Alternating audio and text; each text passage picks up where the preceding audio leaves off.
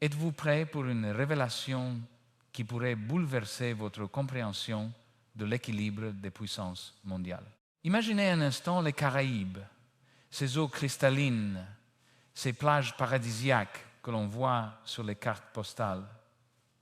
Oubliez cette image idyllique, car sous ce même soleil tropical se déroule une confrontation militaire qui pourrait redéfinir des décennies de domination géopolitique. Bienvenue sur le Réveil financier, pour une analyse approfondie des dynamiques géopolitiques qui façonnent notre monde. Le Venezuela vient d'acquérir des systèmes de missiles avancés avec le soutien de la Russie.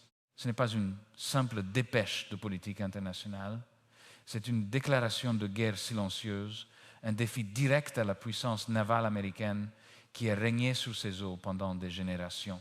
Les implications de ce mouvement sont si profondes que même les analystes les plus chevronnés retiennent leur souffle.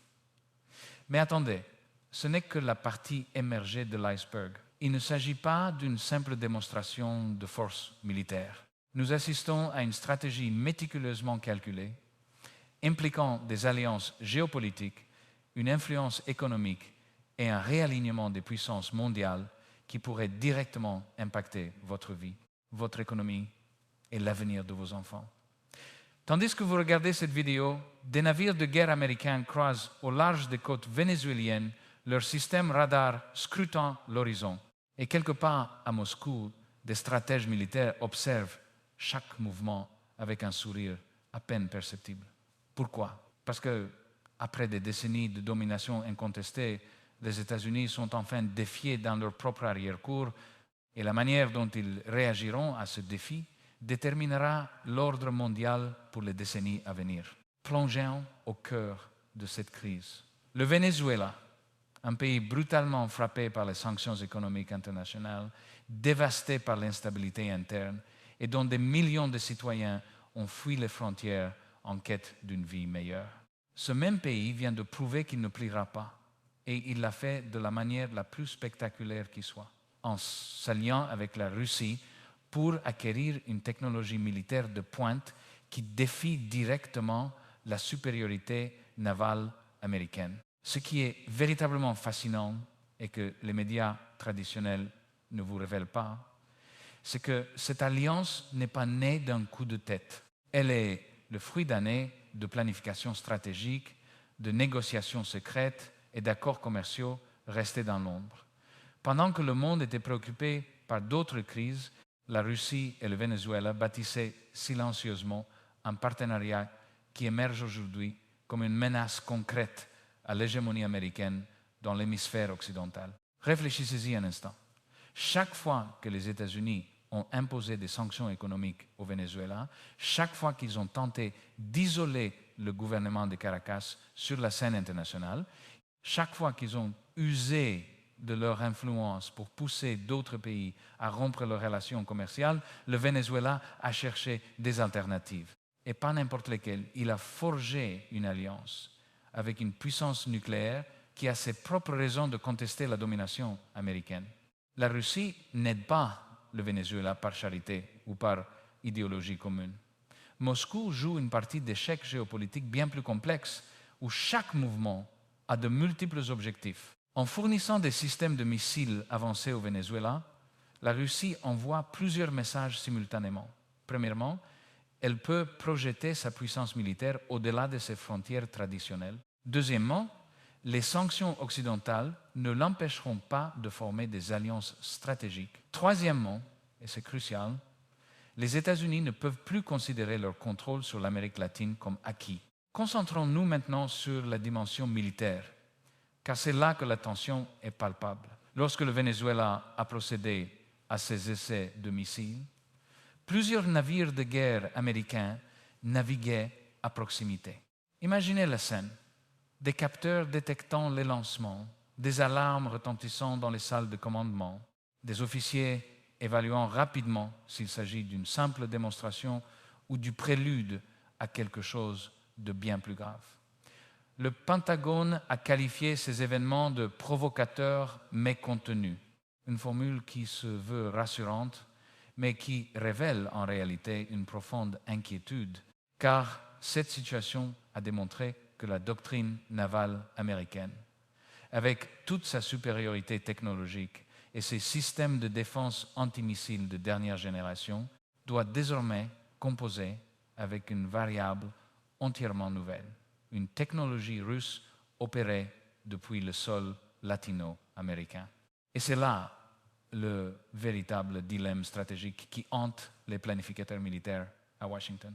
Il ne s'agit pas seulement de défendre des navires contre d'éventuelles attaques de missiles, il s'agit de maintenir la crédibilité dans un hémisphère où l'influence américaine s'érode progressivement depuis des années. Chaque radar qui scrute le ciel caribéen, chaque satellite de reconnaissance survolant le Venezuela, chaque rapport de renseignement parvenant au bureau du Pentagone est chargé d'une question troublante. Que se passera-t-il ensuite? Car, dans ce jeu de pouvoir, une seule erreur de calcul, un signal mal interprété, un mouvement malheureux pourrait déclencher une escalade que personne ne souhaite réellement, mais qui pourrait devenir inévitable. Mais voici quelque chose qui va vous surprendre encore davantage. Cette confrontation militaire n'est que la surface d'un conflit bien plus profond, aux racines économiques, qui impacte directement les marchés mondiaux. Le Venezuela possède les plus grandes réserves de pétrole au monde, réalisez bien, les plus grandes au monde. Pendant des décennies, les États-Unis ont tenté de contrôler, ou du moins d'influencer, la manière dont ce pétrole atteignait les marchés internationaux. Les sanctions américaines ont été spécifiquement conçues pour étrangler la capacité du Venezuela à exporter son brut, forçant le pays à se soumettre aux intérêts géopolitiques de Washington. Mais voici la tournure fascinante. En s'alliant avec la Russie et la Chine, le Venezuela a trouvé des routes alternatives pour commercialiser son pétrole, contournant ainsi efficacement les sanctions censées détruire son économie. Les implications sont colossales et dépassent le cadre du Venezuela ou même de l'Amérique latine. Nous parlons d'un précédent qui pourrait fondamentalement modifier le fonctionnement des sanctions économiques au XXIe siècle. Car si le Venezuela peut survivre et même prospérer sous le poids des sanctions les plus sévères, simplement en s'alliant avec des puissances alternatives, qu'est-ce qui empêcherait d'autres pays de faire de même? L'Iran observe, la Corée du Nord observe. Chaque nation, confrontée à la pression économique occidentale, prend des notes sur la façon dont le Venezuela traverse cette crise. Et le message qu'elle reçoit est clair. Les alliances stratégiques avec la Russie et la Chine peuvent offrir non seulement une survie économique, mais aussi une protection militaire et un transfert technologique qui neutralise la supériorité conventionnelle américaine. Laissez-moi vous brosser un tableau encore plus troublant de ce qui se passe en coulisses.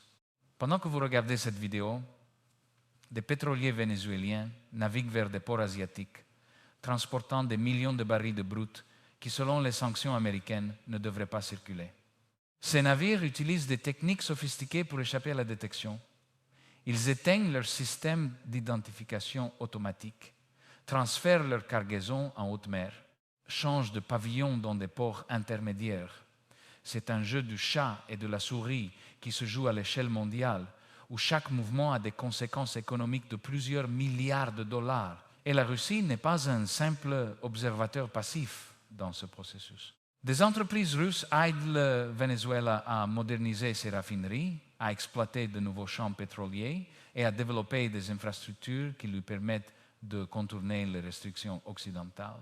Mais attendez, car ce qui suit va véritablement changer votre perception de cette crise. La présence militaire russe au Venezuela n'est pas une nouveauté.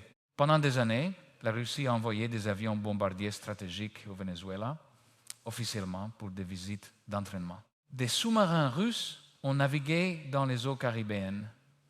Des conseillers militaires russes ont collaboré avec les forces armées vénézuéliennes, partageant leurs connaissances tactiques et stratégiques. Tout cela se passait tandis que les médias occidentaux étaient focalisés sur d'autres crises. Aujourd'hui, avec l'approbation de systèmes de missiles avancés, cette présence militaire atteint un nouveau seuil de signification. Nous ne parlons plus seulement d'entraînement ou de conseil, mais d'une capacité opérationnelle réelle, capable de menacer les actifs militaires américains dans la région. Les stratèges russes comprennent parfaitement la valeur symbolique et pratique de cette présence. Symboliquement, elle démontre que la Russie peut projeter sa puissance dans l'hémisphère occidental, défiant ainsi la doctrine Monroe, qui a été pendant plus de 2 siècles la pierre angulaire de la politique étrangère américaine dans les Amériques. Pratiquement, elle offre à la Russie une base d'opération dans une région stratégiquement vitale, à proximité d'importantes routes maritimes commerciales et un jet de pierre des côtes américaines. Et ce n'est pas limité au Venezuela, cela crée un précédent qui pourrait s'étendre à d'autres pays latino-américains qui reconsidèrent leurs relations avec les États-Unis. Abordons maintenant les dimensions économiques plus larges en jeu, car c'est là que l'histoire devient véritablement fascinante du point de vue des marchés mondiaux. Le pétrole vénézuélien n'est pas une simple matière première, c'est un pétrole lourd, de haute qualité, que certaines raffineries, notamment aux États-Unis, sont spécifiquement conçues pour traiter. Pendant des décennies, ce pétrole a afflué vers le nord, alimentant les raffineries du golfe du Mexique, créant une interdépendance économique bénéfique aux 2 pays. Mais les sanctions ont interrompu ce flux et ce pétrole se dirige désormais vers l'Asie, en particulier la Chine et l'Inde. L'ironie, c'est que pendant que les États-Unis sanctionnent le pétrole vénézuélien, leurs propres raffineries fonctionnent en deçà de leur capacité, important des brutes plus coûteux d'autres sources, et les consommateurs américains payent des prix plus élevés à la pompe. Mais le véritable problème pour les États-Unis est le suivant. Chaque baril de pétrole vénézuélien qui va en Chine est un baril qui renforce l'alliance sino-vénézuélienne. La Chine n'achète pas seulement du pétrole, elle investit dans les infrastructures vénézuéliennes, elle fournit de la technologie, elle tisse des liens économiques qui seront difficiles à rompre, même si les sanctions américaines disparaissaient demain. Et cela se connecte directement à la dimension militaire que nous avons évoquée. Car lorsque vous avez une alliance économique forte avec la Chine et une alliance militaire avec la Russie, vous disposez soudainement d'un bouclier presque impénétrable contre la pression occidentale. Le Venezuela le sait, la Russie le sait, la Chine le sait. La question est, quand Washington l'admettra-t-il publiquement? Et nous arrivons maintenant à un point absolument crucial qui modifie toute la narration de cette crise. Les essais de missiles vénézuéliens ne se produisent pas dans le vide. Ils surviennent à un moment où l'ordre mondial multipolaire tant évoqué se matérialise enfin en actions concrètes. Pendant des années, analystes et universitaires ont prédit la fin de l'ère unipolaire dominée par les États-Unis. Nous avons entendu parler de l'ascension de la Chine, de la résurgence de la Russie, du renforcement des blocs économiques alternatifs. Mais tout cela semblait n'être qu'une théorie géopolitique abstraite. Aujourd'hui, avec ce qui se passe au Venezuela, nous voyons cette théorie devenir une réalité tangible. Un pays latino-américain, prétendument sous la sphère d'influence américaine, défie ouvertement la puissance navale de Washington avec le soutien de Moscou. Et ce qui est le plus significatif, c'est que d'autres pays latino-américains y prêtent une attention particulière. Le Brésil, avec son économie massive et ses propres ambitions régionales, observe la manière dont le Venezuela gère cette confrontation. L'Argentine, qui a traversé ses propres crises économiques et a dû faire face aux exigences du FMI et à la pression occidentale, prend des notes. Le Mexique, qui dépend énormément de sa relation économique avec les États-Unis, mais qui cherche aussi une plus grande autonomie en politique étrangère, évalue attentivement les options. Car ce que le Venezuela démontre, c'est qu'il est possible de résister à la pression américaine si l'on a les bons alliés et la volonté politique de tenir bon. Mais voici le problème qui devrait véritablement nous préoccuper tous, indépendamment de nos sympathies politiques. Cette escalade militaire dans les Caraïbes augmente considérablement le risque d'un conflit accidentel. Je ne parle pas d'une guerre planifiée ou d'une invasion délibérée. Je parle d'une erreur de calcul, d'un malentendu, d'un signal radar mal interprété qui pourrait déclencher une réponse militaire automatique. Imaginez ce scénario. Un navire américain détecte le lancement d'un missile vénézuélien lors d'un exercice d'entraînement. Les systèmes de défense s'activent automatiquement. Le Venezuela interprète cela comme un acte d'agression. La Russie, en tant qu'alliée, se voit contrainte de répondre. Soudain, une routine d'entraînement se transforme en une crise internationale qui pourrait s'aggraver en quelques minutes. Et ce risque est amplifié par la présence de multiples acteurs aux agendas différents, opérant dans un espace relativement restreint. Il n'y a pas que le Venezuela et les États-Unis. La Russie a une présence navale dans la région. La Chine a des intérêts économiques massifs. Cuba, l'allié historique du Venezuela, observe attentivement. La Colombie, alliée des États-Unis, partage une frontière avec le Venezuela et a ses propres préoccupations sécuritaires. Chacun de ces acteurs fait ses propres calculs stratégiques. Et la possibilité que ces calculs entrent en conflit est alarmante. Les canaux de communication qui pourraient prévenir les malentendus ne fonctionnent pas toujours parfaitement. Les systèmes d'alerte précoce peuvent être défaillants. Les commandants sur le terrain ou en mer peuvent prendre des décisions en une fraction de seconde, avec des conséquences durables. Maintenant, permettez-moi de vous amener dans une dimension de cette crise rarement discutée, mais absolument fondamentale, le facteur humain. Derrière chaque décision politique, chaque manœuvre militaire, chaque mouvement stratégique, il y a des individus qui prennent des décisions sous une pression immense. À Washington, des officiers militaires de haut rang sont interrogés par des politiciens nerveux sur leur préparation face à différents scénarios. À Moscou, des stratèges calculent précisément jusqu'où ils peuvent aller sans provoquer une réaction américaine excessive. À Caracas, des dirigeants misent la stabilité de leur pays sur la conviction que la Russie les soutiendra si la situation s'aggrave. Et dans toutes les capitales d'Amérique latine, des fonctionnaires tentent d'équilibrer les pressions contradictoires des différentes puissances mondiales tout en protégeant les intérêts de leur propre nation. Ces personnes prennent des décisions qui affecteront non seulement le présent, mais aussi l'avenir à long terme de tout l'hémisphère occidental. Et voici ce qui est effrayant. Elles prennent ces décisions avec des informations incomplètes, sous une intense pression politique et avec le poids de précédents historiques qui peuvent ou non être pertinents pour la situation actuelle. Car si nous pouvons nous référer à la guerre froide comme guide, la réalité est que le monde d'aujourd'hui est fondamentalement différent. L'économie mondiale est bien plus interconnectée, les alliances sont plus fluides, la technologie a modifié la nature de la guerre et les attentes du public quant à la manière dont les gouvernements doivent agir sont radicalement différentes de ce qu'elles étaient il y a 50 ans. Permettez-moi maintenant d'explorer un aspect véritablement fascinant qui relie tous ces fils. Le rôle de l'information et de la désinformation dans cette crise. Tandis que cette confrontation se déroule, différentes narrations sont construites et diffusées par divers acteurs.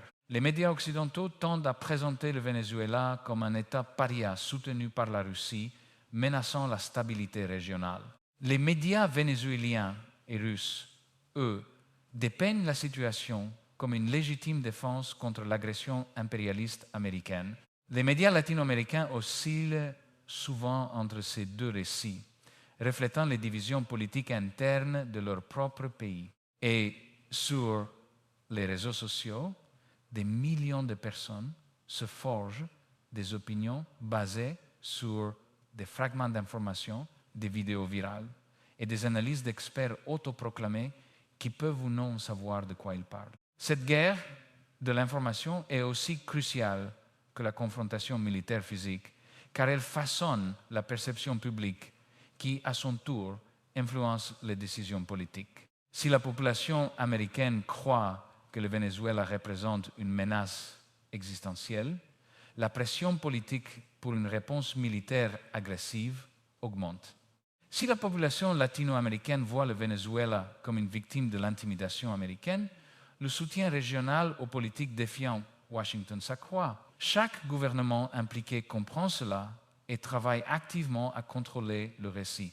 Mais à l'ère de l'information décentralisée, contrôler les narrations est infiniment plus difficile que par le passé, ce qui signifie que cette situation peut évoluer de manière imprévisible en fonction de la façon dont différentes audiences interprètent différents événements. Et nous arrivons à une question cruciale que nous devrions tous nous poser. Où tout cela nous mène-t-il? Car si décrire la situation actuelle est une chose, le véritable défi est d'anticiper les prochains mouvements dans ce jeu d'échecs géopolitiques. Plusieurs scénarios sont possibles, chacun ayant des implications profondes. Dans le meilleur des cas, cette situation pourrait déboucher sur des négociations sérieuses, aboutissant à un nouveau cadre d'entente entre les États-Unis et le Venezuela, peut être médiatisé par des acteurs régionaux comme le Brésil ou le Mexique. Cela exigerait que les deux parties reculent de leur position maximaliste, ce qui a toujours été difficile, mais pas impossible. Dans un scénario intermédiaire, nous pourrions assister à une confrontation continue sans escalade militaire directe, une sorte de guerre froide régionale où la compétition se manifesterait principalement par des manœuvres économiques et diplomatiques. Mais il existe aussi un scénario bien plus sombre que nous ne pouvons ignorer.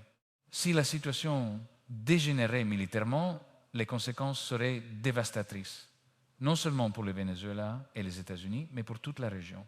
Un conflit dans les Caraïbes interromprait des routes commerciales vitales, provoquerait une volatilité massive sur les marchés énergétiques, déclencherait des crises humanitaires forçant des millions de personnes à se déplacer et pourrait même entraîner d'autres puissances dans le conflit si leurs intérêts étaient directement menacés. Ce n'est pas de l'alarmisme, c'est une évaluation lucide de ce qui est en jeu. Et ce qui rend cette situation particulièrement dangereuse, c'est qu'aucune des parties ne souhaite réellement ce résultat, mais les mécanismes qui pourraient l'empêcher sont fragiles et ne sont pas garantis de fonctionner. Nous observons donc en temps réel l'une des situations géopolitiques les plus significatives de notre ère. Les Caraïbes, cet espace que beaucoup associent aux vacances et à la détente, sont devenus le théâtre d'une confrontation qui pourrait redéfinir l'équilibre du pouvoir mondial. Le Venezuela, malgré toutes ses luttes internes et ses défis économiques, s'est positionné comme un acteur qu'on ne peut ignorer. La Russie a démontré qu'elle peut projeter son influence dans des lieux que les États-Unis considéraient comme leur domaine naturel. Les États-Unis sont confrontés au dilemme de savoir comment réagir sans paraître faibles, mais sans provoquer une escalade catastrophique. Et le reste du monde observe, apprend, ajustant ses propres stratégies en fonction de l'évolution de cette situation. Pour vous, fidèles de le réveil financier, qui avez eu la patience de suivre cette analyse jusqu'au bout, le message est clair. Restez informés, ayez un esprit critique face aux récits que vous rencontrez et comprenez que ces événements ne sont ni lointains ni abstraits. Ils affectent l'économie mondiale, la sécurité internationale et le type de monde dans lequel vivent vos enfants. L'ère de la domination américaine incontestée touche à sa fin, non pas par un éclatement dramatique, mais par des développements graduels comme celui-ci. Un nouvel ordre mondial est en train d'émerger.